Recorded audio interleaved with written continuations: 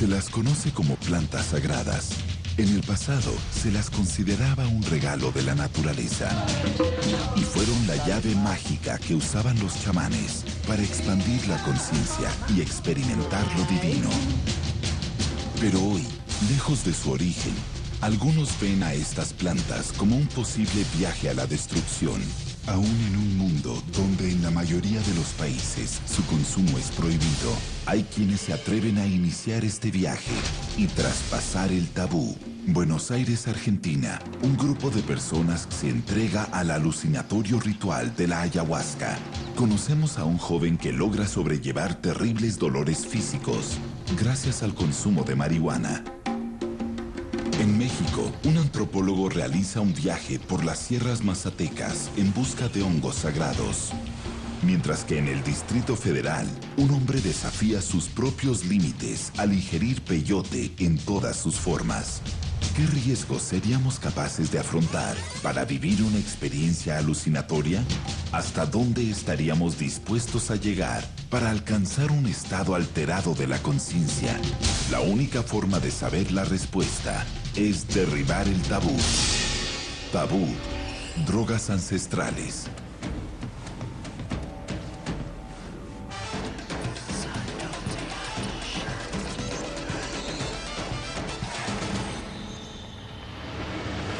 Desde hace miles de años, diferentes grupos humanos han usado sustancias psicoactivas, tanto con fines religiosos como medicinales. Estas sustancias son capaces de inhibir el dolor, cambiar el estado anímico o alterar las percepciones de la realidad. Buenos Aires, Argentina.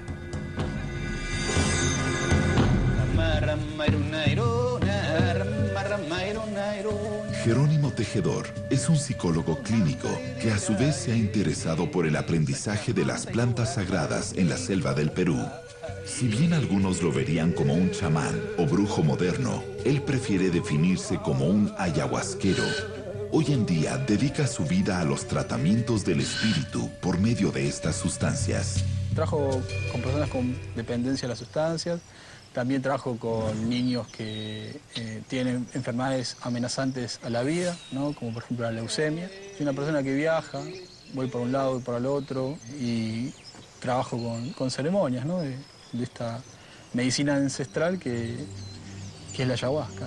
Para las milenarias culturas de Amazonía, la ayahuasca era la soga del muerto, un medio que usaban tradicionalmente para desprender el espíritu sin la muerte del cuerpo. La ayahuasca es fundamentalmente un compuesto, es decir, es una liana que crece en la cuenca del Orinoco y del Amazonas, pero que debe ser combinada con otras plantas para potenciar su fuerza y es un alucinógeno potente que utilizan algunas tribus de esta región de América del Sur para iniciarse, para tener contacto con los espíritus, para cumplir, digamos, con las funciones que mencionaba de un chamán. Provocar alteraciones químicas en el cerebro de tipo psicóticos, del cual no hay la seguridad que esa persona pueda salir, y especialmente en manos no médicas, lo que yo he visto es que tiene consecuencias en algunos casos muy nefastas. Las ceremonias con plantas maestras son rituales de curación, transformación y conocimiento que han perdurado desde tiempos ancestrales en muy diversas culturas. Hoy en día hay quienes las ingieren deseando hallar la solución a sus conflictos más dolorosos, y esto quizá devenga en una incontrolable crisis. Otros, en cambio, tendrán que enfrentarse a lo más oscuro de su ser. El origen del uso de la ayahuasca, podríamos decir en ese caso que es ancestral, es decir, no tenemos un origen, un momento del origen. Evidentemente, varias culturas amazónicas en particular realizan este tipo de viajes utilizando la ayahuasca. Hay mucha gente que llega a veces al mundo de las plantas, ¿sí?, pidiendo milagros. El único gran milagro que conocemos es el milagro de la vida. La gente se acerca a las plantas maestras porque es el momento, ¿sí? Porque luego que se han cumplido los 500 años, las plantas han salido al mundo, ¿sí?, a recorrerlo. Fundamentalmente la ayahuasca. La ayahuasca es la primera que ha hecho, ¿sí?, esa punta de flecha, ¿sí?, esa punta de lanza, a salir al mundo occidental a mostrarse. Las plantas de estas características nos enseñan esto, ¿no? Son Son herramientas que nos permiten atravesar determinadas puertas para tomar contacto con cosas que van más allá de lo profano, por así decirlo, ¿no? Tiene que ver más con el orden de lo sacramental. Tomar contacto con la ayahuasca es tomar contacto con otra cultura, conocer acerca de lo que es lo que actualmente se define como chamanismo. Es una planta también llamada de poder o una planta medicinal importante, un enteógeno también, como se lo ha definido en algún momento. Hace algunos años, las drogas ancestrales fueron clasificadas como enteógenos, palabra que proviene de la raíz griega theos, Dios, y el prefijo en, dentro, que viene a significar el Dios adentro. Cada cultura tiene sus propias sustancias que alteran el estado anímico y que alteran los estados de conciencia. Entonces el hashish del oriente, los hongos mazatecos, el peyote, huichol, la ayahuasca sudamericana, todo esto nos parece extraño, ¿no? Y en Occidente es el alcohol.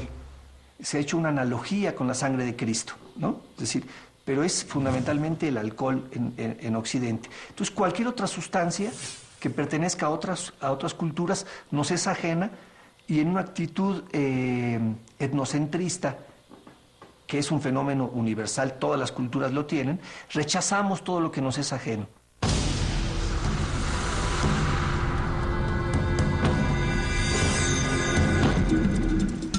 En Puebla, México, el antropólogo Julio Glockner se ha fascinado por las plantas maestras desde su juventud.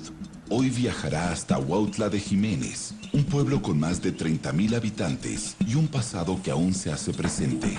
Intentará adentrarse en plena Sierra Mazateca en busca de los hongos que tanto ha estudiado en libros. Buscará encontrarse con los descendientes de la chamana María Sabina. Estamos haciendo un recorrido siguiendo la huella de Gordon Wasson en el viaje que hizo en los años 50 hacia Huautla de Jiménez, en busca de los hongos que utilizan el pueblo mazateco. Julio ha llegado a la ciudad de Huautla, donde se detiene a brindarle una ofrenda a María Sabina, guía mítica de Robert Wasson, en su velada con los hongos sagrados.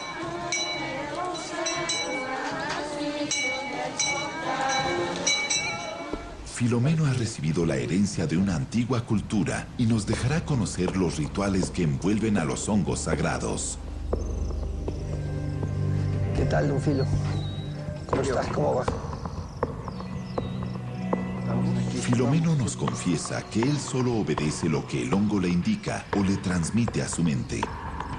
Lo bueno es que está bajito, no está más arriba, porque para que se siente uno mejor así, a que se limpie, ¿no?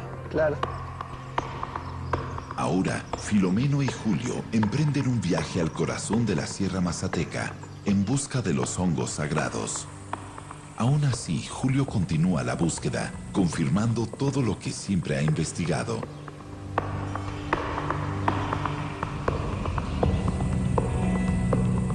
Hay de pronto una percepción distinta de las cosas. A medida que va transcurriendo el tiempo, se alcanza un refinamiento de los sentidos, una agudización de todos los sentidos, muy, muy grande, muy intensa, donde predomina sobre todo la belleza.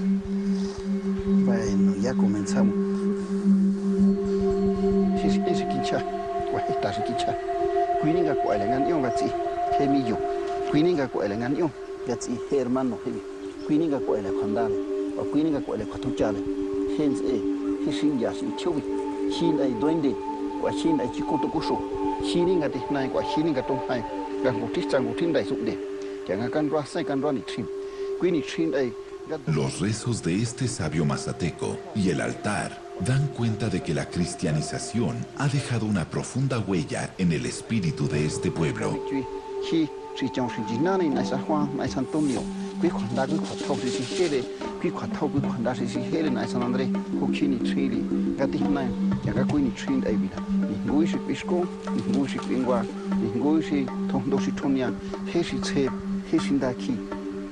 En nombre del Padre, y del Hijo, y del Espíritu Santo.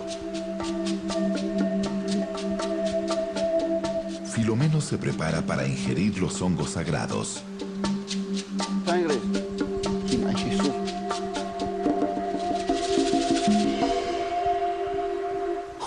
bendecido por Filomeno, quien poco a poco empieza a sentir los poderosos poderes y entrará en un misterioso trance. Una fuerza, una energía inexplicable es absorbida en este momento.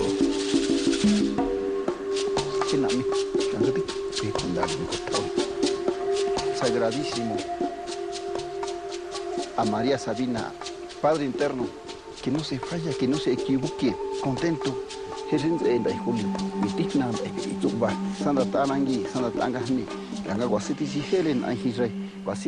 Fue una experiencia interesante estar con uno de los descendientes de María Sabina con su nieto, el único parece de la familia que continuó el trabajo de su abuela, en una ceremonia muy común entre los mazatecos. Es decir, es un ritual de protección, es una limpia, y al mismo que implica una protección de la persona, digamos, la integración hacia ella de una fuerza como se vio en el ritual. Él lo que hace es primero reconocer la fuerza de la madrecita, de la guadalupana que está allí. Queremos fuerza, una fuerza, fuerza de cielo, fuerza de tierra. Impactado ante lo vivido en la Sierra Mazateca, Julio manifiesta haber vivido algo del orden de lo extraordinario. ¿Qué haría usted si la solución a su sufrimiento es una sustancia prohibida? Luego de una búsqueda desesperada para calmar intensos dolores, Germán descubre en la marihuana la medicina para aliviar su dolor.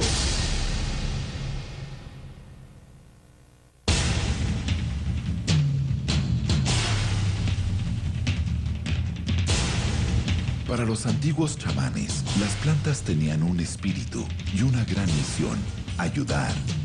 Pero ¿nos dejaríamos ayudar por estas plantas de poder, aun cuando impliquen perder el control de uno mismo? Tabú, drogas ancestrales. Y así como en la Sierra de Oaxaca se extiende una tierra de chamanes, regresamos a Buenos Aires, Argentina, donde entre el asfalto de la gran ciudad se encuentra Jerónimo, un chamán urbano que intenta sanar a sus pacientes.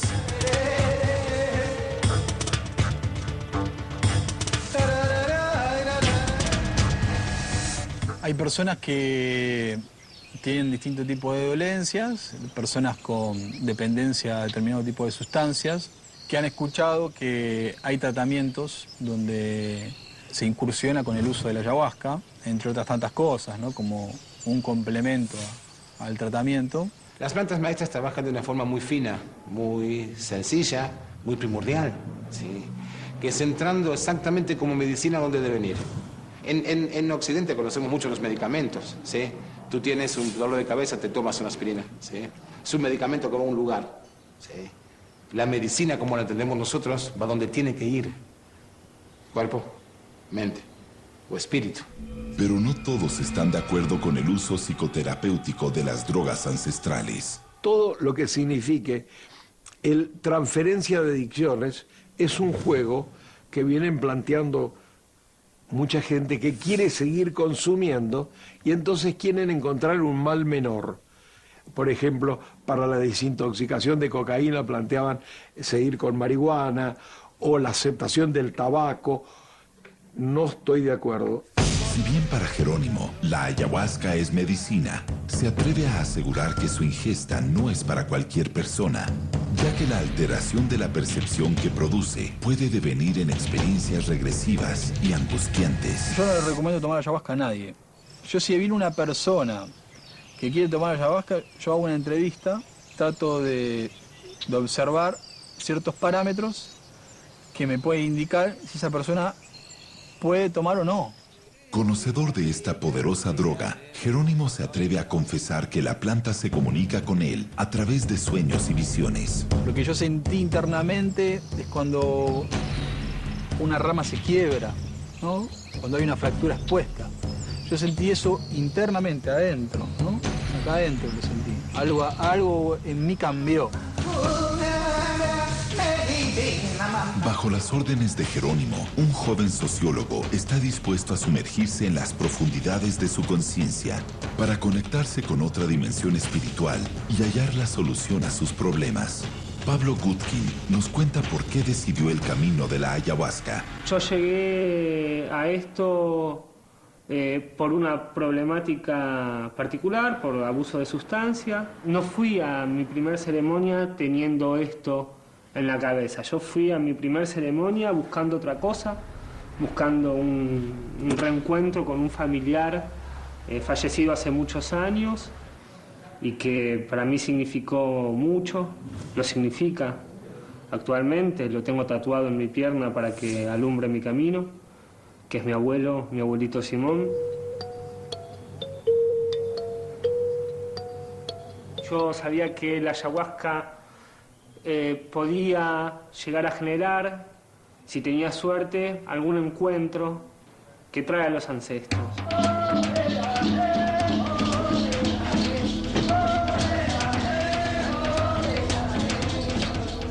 Según Pablo, la ayahuasca puede dar pistas sobre lo que uno ha hecho mal en su vida o puede aconsejar el camino a seguir. En el caso de Pablo, lo enfrentó con algo que él no quería reconocer, que era un adicto.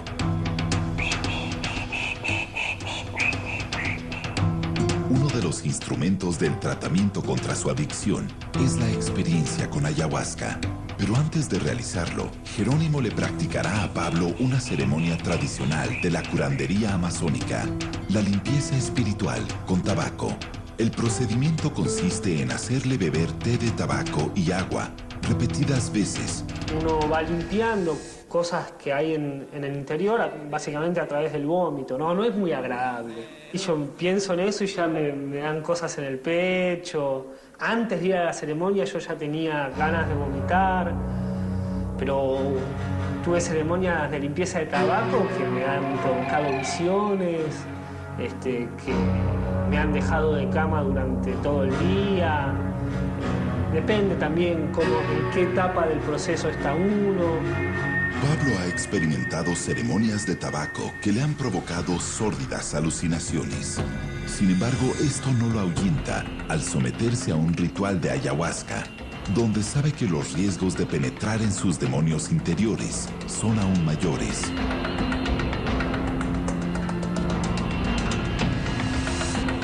Buenos Aires, Argentina.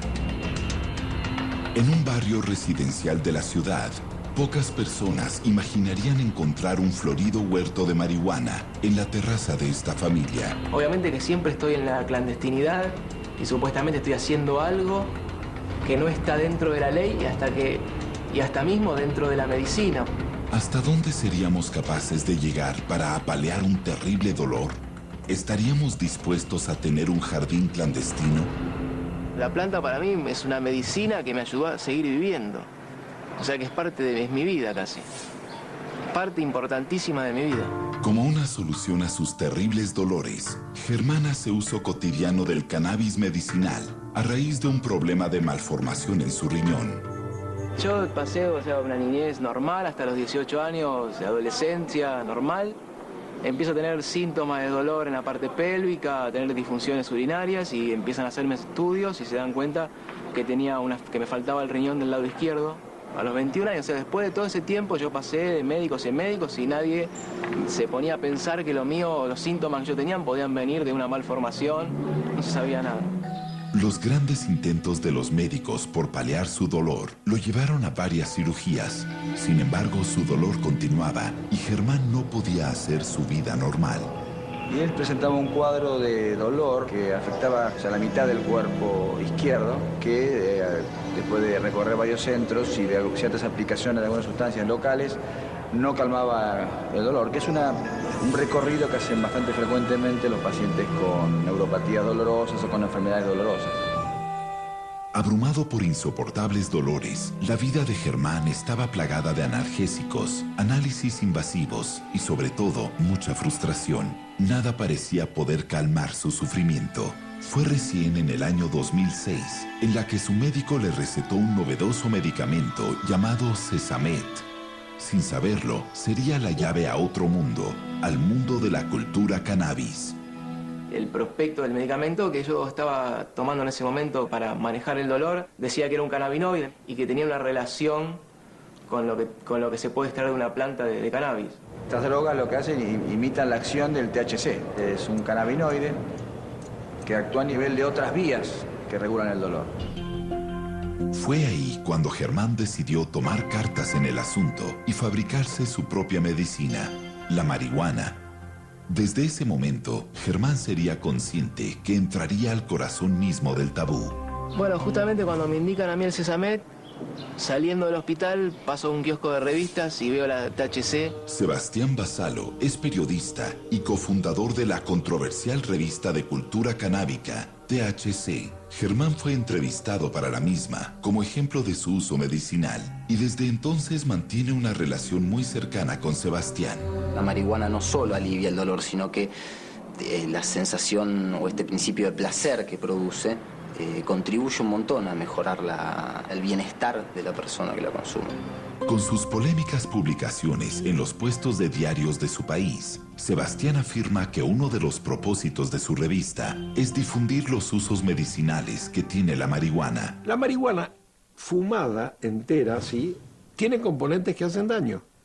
Si se extrae algunos componentes y se hace un medicamento, cambia el sentido. Buenos Aires, Argentina.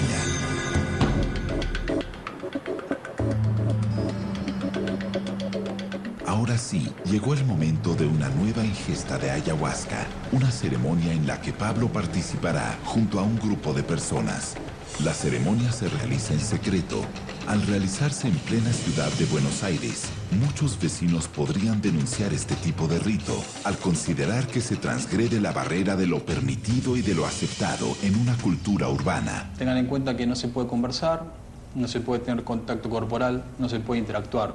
Si hay alguno que está pasando alguna situación difícil y que no las puede manejar por sus propios medios, entonces me pueden avisar y con seguridad que se sale de ese lugar, ¿no? Lo último que se pierde es la confianza y la serenidad. Los efectos cuando uno ingiere la ayahuasca son diversos, ¿no? Podemos enumerar, es una lista, puede ser vómito, diarrea, temblores, sudoración, frío, calor, visiones en colores, mareación, sensación de miedo, ¿no? Náuseas. Comienza la ceremonia. La misma es guiada por música, ícaros y mantras. Ay, aruname sunsima. El viaje ha comenzado. Las cartas están echadas. Jerónimo sostiene que la ayahuasca trabaja de una forma directa en el inconsciente. Puede tener una utilización medicinal para el tratamiento de la depresión y la ansiedad. Sin embargo, la medicina tradicional tiene sus objeciones. Desde el punto de vista médico, me parece absolutamente pertinente que estén prohibidos y que su uso no sea extensivo a la población, porque son sustancias a las que he denominado psiconeurobiosociogenético tóxicas. Es decir, tienen factores absolutamente dañinos para la condición de salud humana y no hay ninguna razón ni ninguna necesidad de utilizarlas fuera de los contextos médicos, si alguna de ellas pudiera tener algún interés especial. Después de escalofriantes visiones, el ritual ha finalizado. Algunos deciden quedarse en silencio. Otros necesitan compartir las experiencias abrumadoras que acaban de vivir. Es una experiencia bastante linda, bastante devastadora. ¿Devastadora? Sí, interesante, ¿no? Una manera de poder bajar ese personaje que cada uno tiene. ¿Sentiste malestar en qué parte? ¿En qué zona? En la altura de la panza. Cuando vos cantabas, es como que esa vibración que ibas sintiendo en las manos se iba para distintas zonas del cuerpo. Y cuando terminé fue así, es como que todavía me siento vibrante. La vibración que, bueno, somos energía, pero la puedo sentir. ¿Sentiste la planta? ¿Qué te parece? No podía. Quería que termine, me quería ir. ¿No viste que cuando terminamos salí de una porque como que estaba todo el tiempo por sobrepasarme? Muy fuerte la planta, muy fuerte. Y por momentos mucha felicidad, por momentos mucha tristeza. El encuentro con mi abuelo fue muy emocionante. Lo venía esperando hace muchos años. fue visual, fue una cosa visual, pero también fue del orden de la percepción que trasciende lo visual. Sentí su presencia. Podemos decir también que sí, que es un tema tabú, debido a que es algo que para nosotros es algo que no se conoce mucho y que a la hora de abordarlo nos genera cierta inseguridad, cierto miedo, que es natural en el ser humano por la propia naturaleza del miedo a lo desconocido. Fue para mí un despertar, un resurgir. Algo de mí se murió y algo de mí nació, volvió. Eso fue la ayahuasca para mí.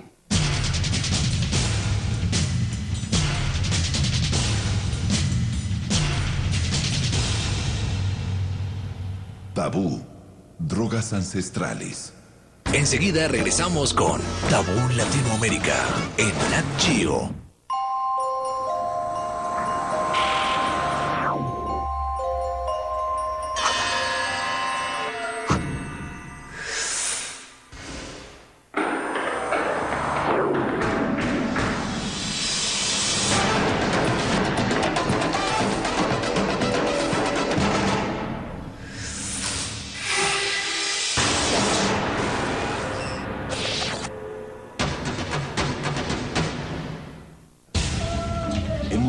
¿En la actualidad la sabiduría de los chamanes? ¿O es que simplemente preferimos olvidarnos por temor a sus misteriosos poderes? Quizás la forma de saberlo es adentrándonos en el conocimiento de estas culturas ancestrales.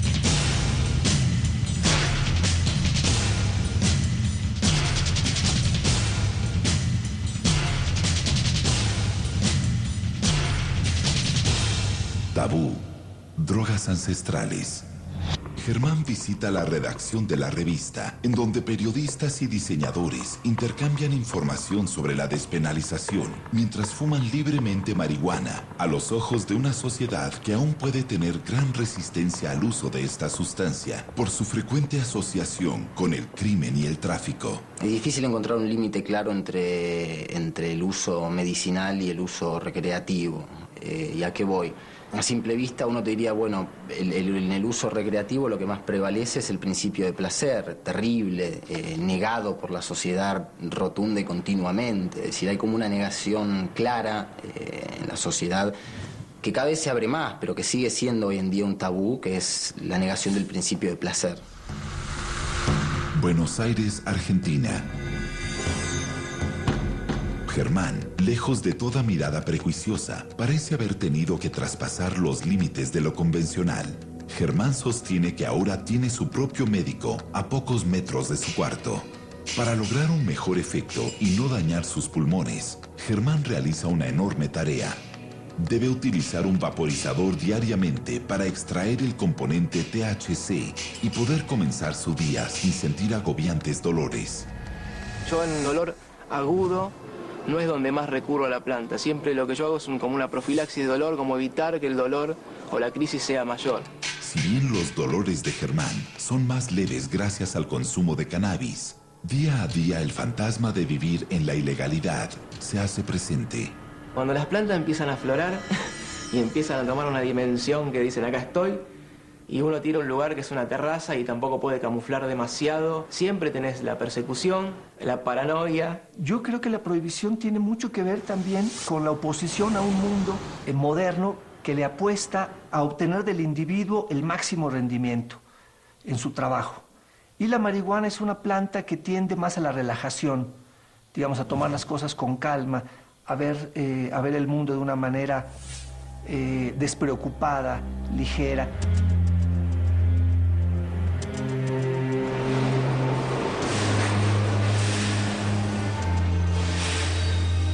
Sebastián Basalo es uno de los exponentes más concretos en la lucha por despenalizar la marihuana. Su perseverancia obtuvo su recompensa en el año 2009, cuando un fallo de la Corte Suprema legalizó la tenencia para consumo personal en la Argentina. Raúl Zaffaroni es ministro de la Corte Suprema en la Argentina y director del Departamento de Derecho Penal de la Universidad de Buenos Aires. Su visión acerca de un caso como el que vive Germán es abierta y alentadora. La tenencia de una planta de marihuana en la casa no genera un riesgo de distribución porque la producción que puede tener es mínima.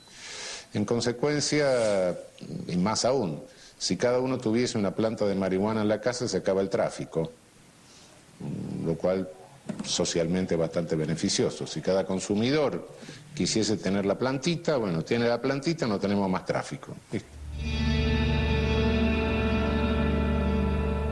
Germán tuvo que pasar por diferentes hospitales, análisis clínicos, cirugías y someterse a una infinita variedad de tratamientos del dolor, para finalmente hallar el alivio, la marihuana. En el caso de Germán, tal cual se plantea, creo que es bastante claro que hay una indicación médica. Si la indicación médica no es disparatada, es decir, si es válida en el ámbito médico, bueno, creo que no es que esté justificado, sino que está fuera del ámbito de prohibición de la norma. La norma prohíbe con un objetivo, el objetivo es la salud pública, el bien jurídico es la salud pública. Si hay un criterio terapéutico para tratar la salud de una persona, no está afectando la salud pública. Punto, no tenemos por qué meternos. Queda fuera de la prohibición.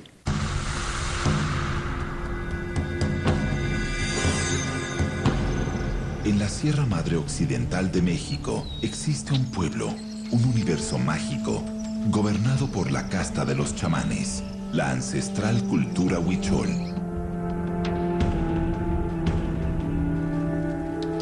Abenamar luce como un aborigen, usa aros y lleva el pelo largo, en concordancia con la identidad que ha elegido, el universo huichol. Las ricas tradiciones ceremoniales se ven manifestadas en las artesanías de los huicholes, transmitidas de generación en generación para así preservar su cultura.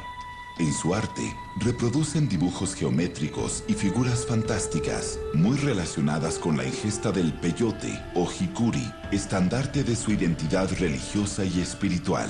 Mi acercamiento con el jicuri fue después de mucho tiempo de haber conocido a Rosalío. Me invitaron a unas ceremonias y después de eso, mucho tiempo después, un día me dijeron que podía comer tantito jicuri.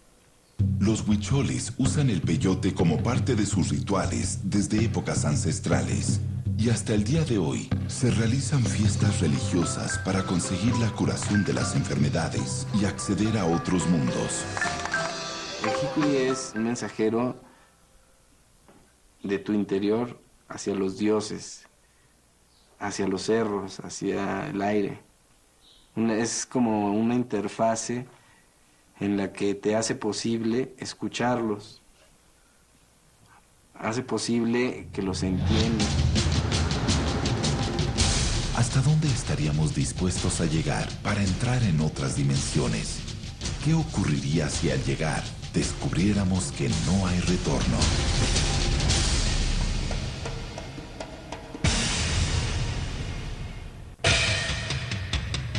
Abenamar visita a Rosalío, el maestro chamán con quien realiza sus poderosos viajes. Rosalío indica los pasos a seguir para encontrar el cactus.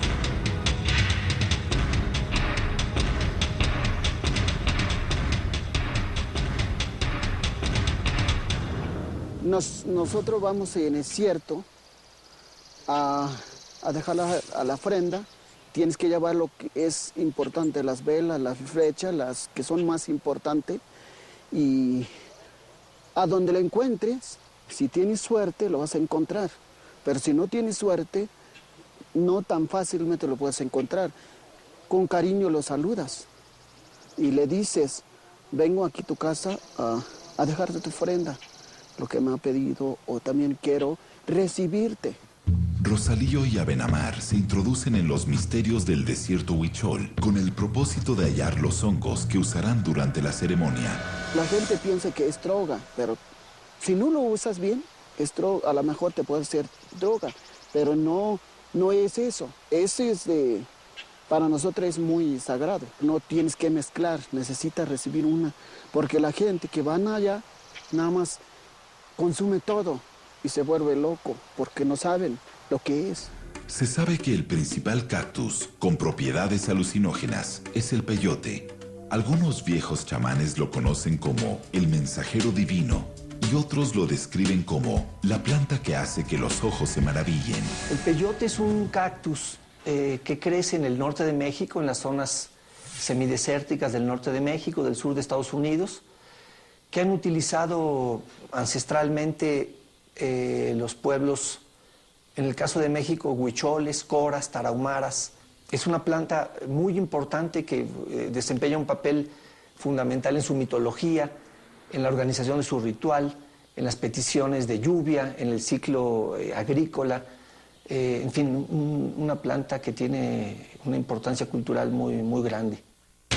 Alucinógenos, enteógenos, drogas visionarias o drogas de poder son algunos de los nombres que reciben las plantas maestras. Pero ¿qué ocurre cuando un joven decide consumir peyote en una ciudad sobrecargada de estímulos? ¿Qué ocurre cuando el cactus es consumido fuera de su contexto y sin la supervisión de ningún experto? Para muchos sería traspasar una frontera.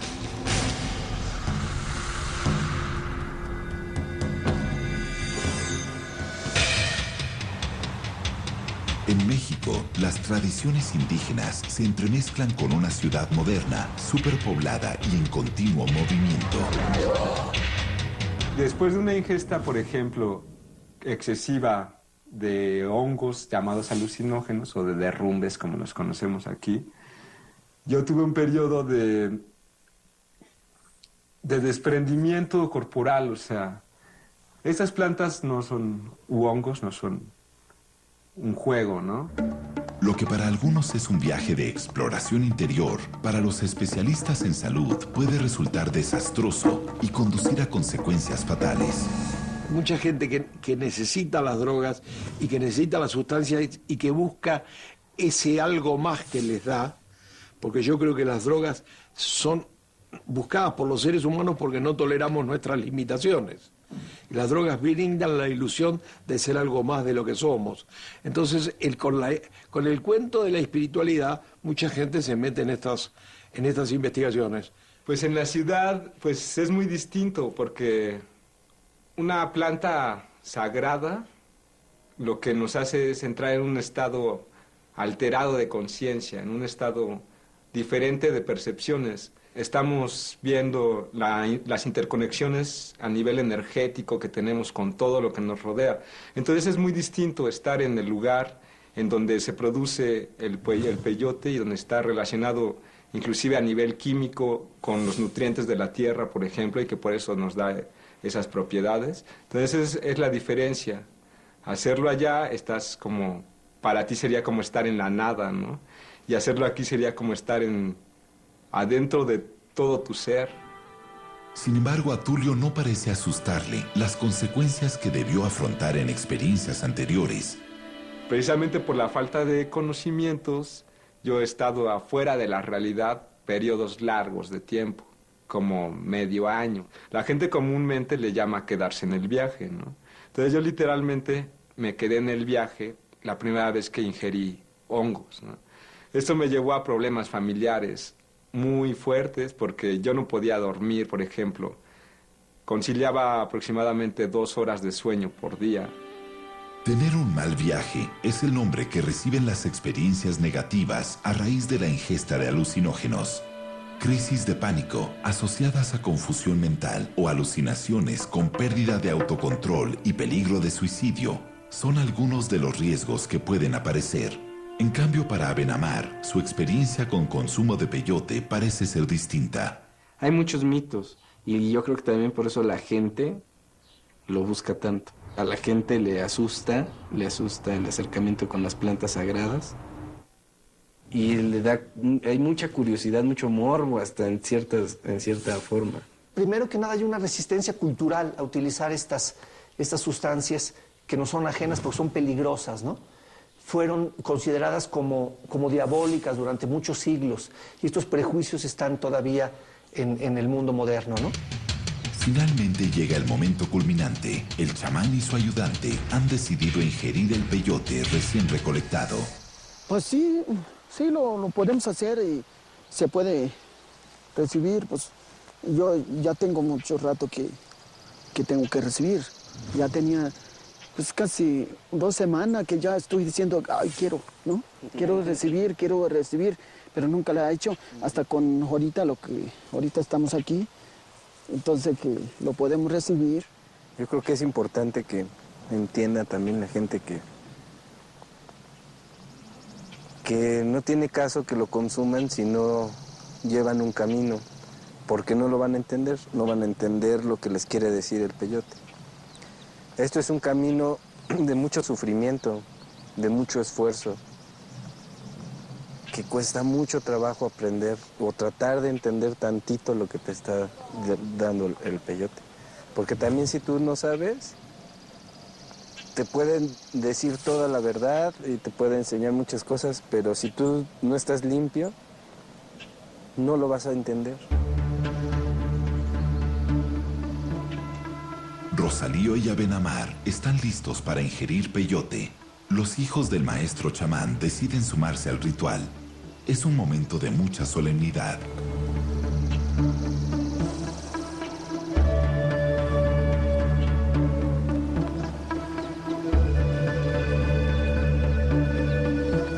Rosalío invoca a los dioses y a sus antepasados en busca de protección para el momento más esperado de Abenamar.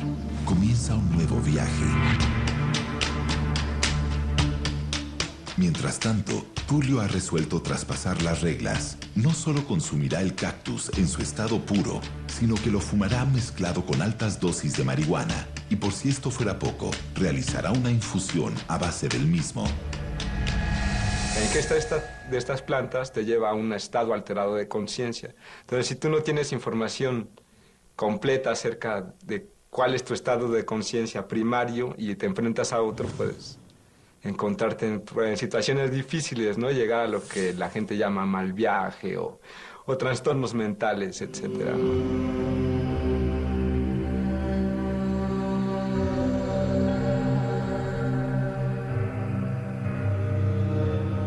Ya están todas las cartas echadas. Tulio se entregará a los alucinatorios y laberínticos efectos del peyote. Ha decidido empezar por la infusión.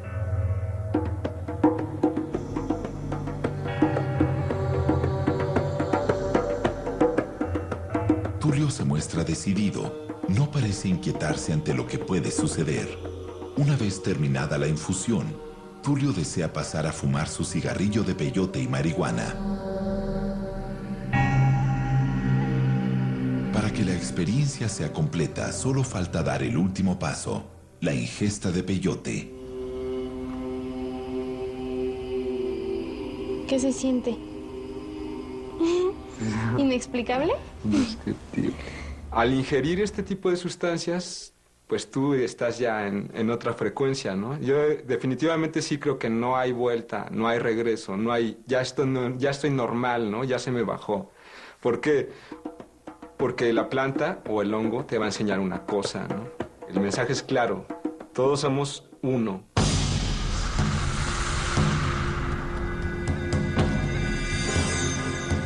La experiencia de hoy fue, muy tranquilo. En ese momento se puede entender que te están bendiciendo, que el viento te oyó y que la lluvia te oyó y se hicieron presentes y te limpian. Sacar la planta de su contexto ritual es cuando se pierde pasas la frontera entre, podríamos decir, la curación y la adicción, ¿no? Ese sería el tabú. La religiosidad católica o protestante está muy lejos de proporcionarle a las personas una experiencia religiosa fuerte. Para algunos, las experiencias espirituales están asociadas a estados alterados de conciencia, en donde la gente se anima a correr el riesgo al usar sustancias ilegales. Pero en contraposición a esta postura, se enmarca la tradición de los antiguos chamanes, quienes aseguraron en sus experiencias transpersonales poder ver a Dios de frente. Lo cierto es que en un mundo diverso que privilegia el plano racional de la conciencia, las plantas maestras siguen siendo la puerta hacia otra realidad, hacia lo tabú.